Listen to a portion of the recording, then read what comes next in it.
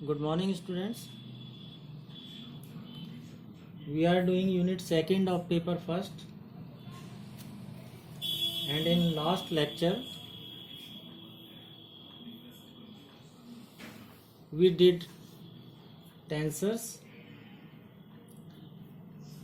यानी प्रदिश, और इसके अलावा एक सिंबल हमने देखा था क्रोनेकर डेल्टा सिंबल, और उसकी प्रॉपर्टीज हमने पढ़ी थी।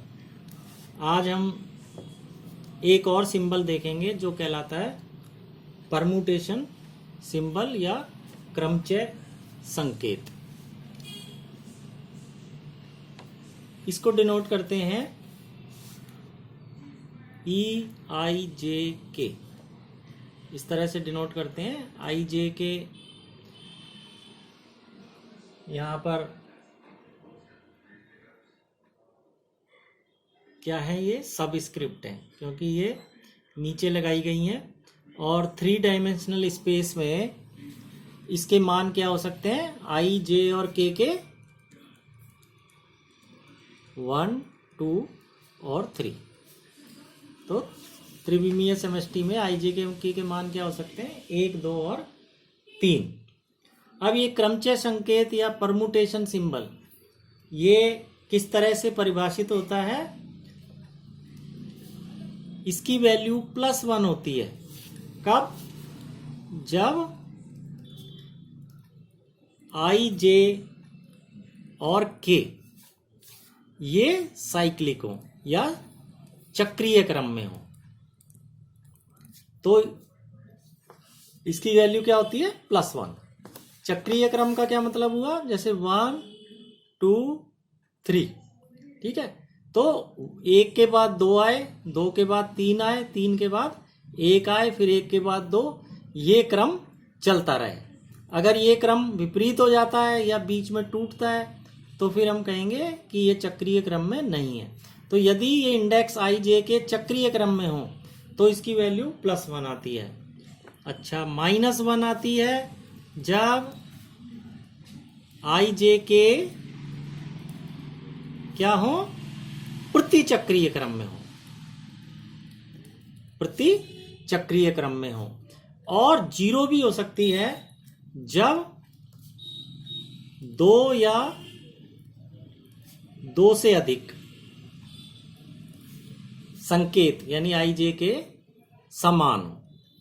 इंडेक्स जो है 2 या 2 से अधिक क्या हो, इक्वल हो, एक जैसे हो, आइडेंटिकल हो।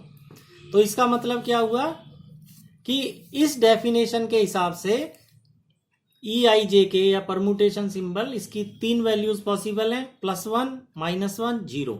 +1 व्हेन IJK जो है वो साइक्लिक हो या चक्रीय क्रम में हो, -1 जब IJK प्रति चक्रीय क्रम में हो, और 0 जब 2 या 2 से अधिक इंडेक्स जो है या IJK ये समान हो। तो इस हिसाब से अगर हम देखें तो इप्सिलॉन 1, 2, 3 अगर ये पूछा जाए इसकी क्या वैल्यू होगी, तो क्योंकि ये चक्रीय क्रम में है इसकी वैल्यू 1 होगी।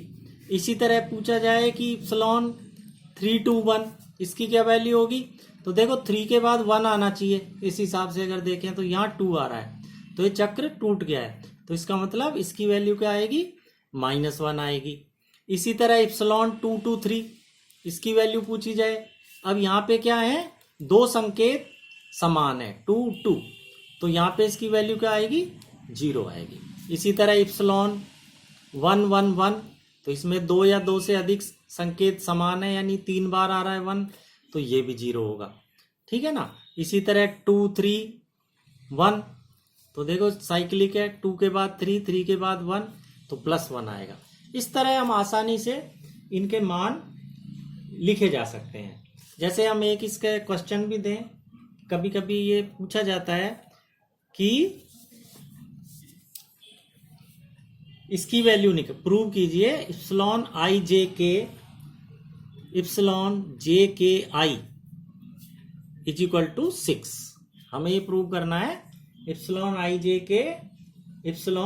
JKI या EIJK दिस = 6। तो अब देखो हमें पता है कि आई जे के, इनकी वैल्यू क्या हो सकती है, 1 से 3 तक हो सकती है। मान लो हम आई 1 लेते हैं, है ना, आई अगर 1 लेते हैं तो ये क्या हो जाएगा, इप्सिलॉन 1 जे के, इप्सिलॉन जे के 1, ये हो जाएगा। अब जे और के की वैल्यू हम 1 तो ले नहीं सकते, क्योंकि 1 लेंगे तो 2 बार 1 आ जाएगा और इसका मान 0 हो जाएगा इस प्रॉपर्टी से। ठीक है, तो हम जब अगर आई बराबर 1 ले लिया तो जे और के की वैल्यू 2 या 3 हो सकती है। ठीक है, तो हम मान लो जे बराबर 2 लें, के बराबर 3 लें, तो ये क्या हो जाएगा, इप्सिलॉन 1 2 3 और 2 3 1। अब इसके अलावा एक इसमें एक और टर्म आ सकती है, जब जे बराबर 3 लें और के बराबर 2 लें, यानी उल्टा कर दें, तो यानी इप्सिलॉन 1 3 2 और इप्सिलॉन 3 2 1, यानी आई बराबर अगर हम 1 लेते हैं, ठीक है, तो इसकी 2 टर्म आती हैं, इप्सिलॉन 1 2 3 इप्सिलॉन 2 3 1 और एक इप्सिलॉन 1 3 2 इप्सिलॉन 3 2 1। इसी तरह अगर आई बराबर 2 लें, आई बराबर 2 लेंगे तो भी इसकी 2 टर्म आएंगी और आई बराबर 3 के लिए भी 2 टर्म आएंगी। कुल मिला के 6 टर्म हमारे पास आएंगी। तो वो कौन कौन सी होंगी, इप्सिलॉन आई जे के, इप्सिलॉन जे के आई, यानी ये जो लेफ्ट हैंड साइड है ये क्या होगी, 2 टर्म तो ये हो गई जब आई बराबर 1 लिया, इप्सिलॉन 1 2 3 2 3 1 प्लस इप्सिलॉन 1 3 2 3 2 1, ये तो हो गई जब आई बराबर 1 लिया। और जब 2 लेंगे तो इप्सिलॉन आई बराबर 2 लिया, ये 2, और जे के अब या तो 3 हो सकता है या 1 हो सकता है, 2 तो ले ही नहीं सकते क्योंकि ये 0 हो जाएगा। तो मान लो हम 3 और 1 लेते हैं, तो 2 3 1 और जे और के, यानी 2 और 3 लिया, तो 2 3 1, सॉरी ये क्या लिया, ये हो गया 3 1 2, आई बराबर 2 है और जे के बराबर 3 और 1 है। तो एक टर्म तो ये हो गई, और इसके साथ ही दूसरी टर्म क्या आएगी, जब इसको उलट दें, 3 1 की जगह 1 3 कर दें, आई बराबर तो 2 ही रहेगा, यानी इप्सिलॉन 2 1 3 और 1 3 2, 2 ये हो गई। फिर 2 टर्म जब आई बराबर हम क्या लें, 3 ले लें, तो इप्सिलॉन 3, अब जे के क्या हो सकते हैं, 1 2, इप्सिलॉन ये जे के आई यानी 1 2 3, और एक और टर्म आएगी जब 1 2 यानी जे के को उल्टा कर दें, 1 2 की जगह 2 1 कर दें, 3 2 1 2 1 3, तो ये 6 टर्म आ गई। इसकी वैल्यू क्या हो गई, ये 6 टर्म्स आ जाएंगी। अब इनके इस प्रॉपर्टी के हिसाब से मान रख देते हैं, तो इप्सिलॉन 1 2 3 साइक्लिक है तो +1 आ गया, ठीक है ना, 2 3 1, 2 के बाद 3 3 के बाद ये भी +1 आ गया, फिर प्लस 1 3 2, इसमें जो चक्र है वो बिगड़ गया है, 1 के बाद 2 आना चाहिए था, है ना, तो -1 आएगा ये, और इसी तरह 3 2 1 ये भी उल्टा हो गया तो ये भी -1 आएगा। फिर प्लस इन सब के मान रखते जाएं, 2 3 1 1 आएगा प्लस का, और 3 1 2 ये भी प्लस का 1 आएगा। देन इसमें चक्र बिगड़ गया है तो -1 -1 ये दोनों, इसी तरह ये आ जाएंगे, ये 3 1 2 साइक्लिक है तो +1 +1 प्लस ये -1 और -1, तो ये हो गया 1, फिर ये 1 दिस +1, ये माइनस माइनस प्लस 1 1 और ये लास्ट वाला 1, तो दिस इज इक्वल टू 6। तो इस तरह से ये आसानी से इसकी प्रॉपर्टी यूज करते हुए प्रूव किया जा सकता है, इप्सिलॉन आई जे के आई इज इक्वल टू 1। इसी तरह से एक और प्रॉब्लम कभी कभी ये पूछी जाती है, इप्सिलॉन आई जे के ए जे ए के दिस इज इक्वल टू 0। तो इसको हम कैसे प्रूव करेंगे? इप्सिलॉन आई जे के ए जे ए के इज इक्वल टू 0। तो देखो वही बात है कि आई और जे और के इनकी वैल्यू 1, 2 और 3 हो सकती हैं। तो जब आई बराबर हम 1 लें तो जे के 2, 3 भी हो सकता है और 3, 2 भी हो सकता है। यानी इप्सिलॉन 1 और जे के 2, 3 और जे के 2, 3 मतलब A2 A3। एक टर्म तो ये हो गई। फिर आई बराबर वही 1 ही रखते हुए इनको उलट सकते हैं, यानी जे बराबर तो 3 कर दें और के बराबर 2 कर दें, है ना। तो ये 3, 2 हो जाएगा। इप्सिलॉन 1, 3, 2 और 3 A3 A2 दो टर्म ये आ गई, है ना। ये आई बराबर 1 के लिए आई। फिर इसी तरह आई बराबर हम 2 रखें तो इप्सिलॉन 2 और जे के क्या हो सकता है 3 और 1। तो 2, 3, 1 A3 A1 प्लस 3, 1 की जगह 1, 3 कर दें तो 2, 1, 3 A1 A3। इसके बाद दो टर्म और आएंगी जब आई बराबर 3 रखें, E3 1, 2 जे के 1, 2 तो A1 A2 और एक टर्म और आ गई इप्सिलॉन 3, 2, 1 1, 2 का उल्टा कर दिया 2, 1 A2 A1। अब ये हमने इसका मान लिख दिया। तो अब इनकी वैल्यू देख लेते हैं। 1, 2, 3 +1 होता है तो +1, 1 से इसको मल्टीप्लाई किया तो ये A2 A3 आ गया। फिर 1, 3, 2 ये क्या हो गया प्रतिचक्रीय हो गया तो -1 यानी -A3 A2। देन 2, 3, 1 +1 है और A3 A1। 2, 1, 3 ये प्रतिचक्रीय हो गया तो -A1 A1 A3।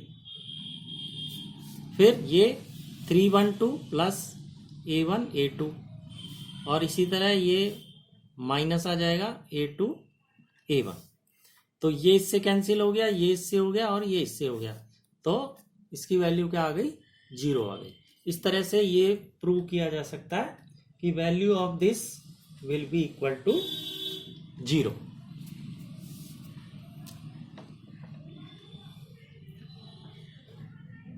अब हम देखें एक और चीज डिफाइन करें हम, निश्चर या अदिश राशि।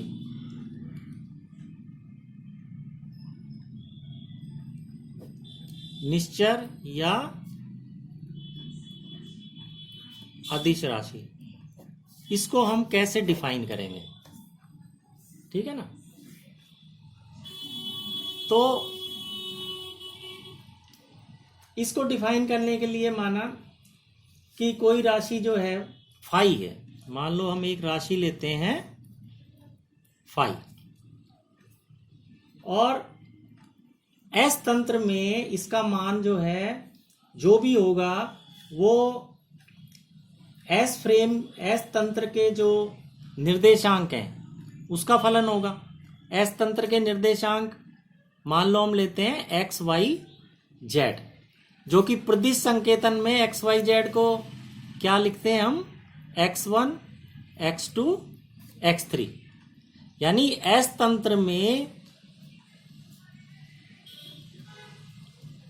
तंत्र में कोई सदिश राशि फाई है जिसका मान क्या है फाई x1 x2 x3। यानी कि ये कहा जा रहा है कि ये जो फाई है ये इन निर्देशांकों जो कि एस तंत्र के निर्देशांक हैं x1 x2 x3 इनकी फलन है। और इसको शॉर्ट में लिख देते हैं अपन, यानी एस तंत्र में इसका मान है फाई एक्स आई, जहां आई बराबर क्या है 1, 2 एंड 3। तो ये फाई राशि का जो मान एस तंत्र में है फाई एक्स आई। इसी राशि को मान लो एस डैश तंत्र में रूपांतरित किया जाता है। तो एस डैश तंत्र में मान लो इसका मान हो जाता है, क्या हो जाता है फाई डैश, या मान लो 5 बार लिखे हम, क्या हो जाता है 5 और ऊपर बार लगा दिया 5 बार। अब ये जो राशि 5 बार है ये किसका फलन होगी, एस डैश तंत्र के निर्देशांकों का। और एस डैश तंत्र के निर्देशांक वैसे हम लेते हैं x dash y dash z dash, और टेंसर नोटेशन में इनको कैसे लिखते हैं, x bar 1, x bar 2, x bar 3। यानी ये x1 x2 x3 था, इसके ऊपर हम बार लगा देते हैं। यहाँ इनमें तो हमने डैश लगाया था, यहाँ लगाते हैं, इसको बार बोलते हैं, x बार 1, x बार 2, x बार 3। यानी एस डैश तंत्र में इसी राशि फाई का मान क्या हो जाता है 5 बार, और 5 बार जो है वो किसका फलन होगी, x बार 1, x बार 2, x बार 3। यानी जो एस डैश तंत्र के निर्देशांक हैं उनका फलन होगी। और इसको कैसे लिख सकते हैं, 5 बार x बार i। यानी एस तंत्र में जो राशि फाई है वो एस डैश तंत्र में क्या हो गई, 5 बार हो गई। अगर ये दोनों मान समान हो, यदि फाई इज इक्वल टू 5 बार, यानी कोई भी दी गई राशि उसका मान एस और एस डैश तंत्र दोनों में समान रहता है, परिवर्तित नहीं होता है, तो यह राशि फाई क्या कहलाती है, निश्चर राशि कहलाती है, या इसको अदिश राशि भी बोलते हैं। तो अदिश राशि वो होती है जिसका मान एस और एस डैश यानी एस डैश तंत्र में से देखने पर भी उसका मान परिवर्तित नहीं होता है, समान रहता है। तो ये निश्चर राशि का या अदिश राशि का की डेफिनेशन है। इंग्लिश में इसको बोलते हैं इनवेरिएंट या स्केलर। स्केलर या इनवेरिएंट राशि इस तरह से डिफाइन की जाती है कि इस तरह की राशि जिसका मान एस तंत्र और एस डैश तंत्र दोनों से ही देखने पर अपरिवर्तित रहता है, वो निश्चर राशि कहलाती है। और ये जो निश्चर या अदिश राशि है ये शून्य कोटि का प्रदिश होता है। अभी हम कोटि डिफाइन करेंगे कि प्रदिश की कोटि क्या होती है। तो इसकी कोटि निश्चर या अदिश राशि की कोटि क्या होती है, शून्य। तो शून्य कोटि का ये प्रदिश होता है। यानी दूसरे शब्दों में हम कह सकते हैं कि शून्य कोटि का प्रदिश अदिश कहलाता है। शून्य कोटि का प्रदिश अदिश कहलाता है या निश्चर राशि कहलाती है। तो इस तरह से हमने देखा कि परमुटेशन सिंबल क्या होता है या क्रमचय संकेत क्या होता है, और उससे रिलेटेड हमने ये 2 प्रॉब्लम्स करी, और निश्चर या अदिश राशि जो है वो किस तरह से डिफाइन की जाती है, उसका क्या मतलब होता है, प्लस ये शून्य कोटि का प्रदिश होता है। तो hope you have understood this. We will continue it in the next lecture. Till then, you all have a nice day.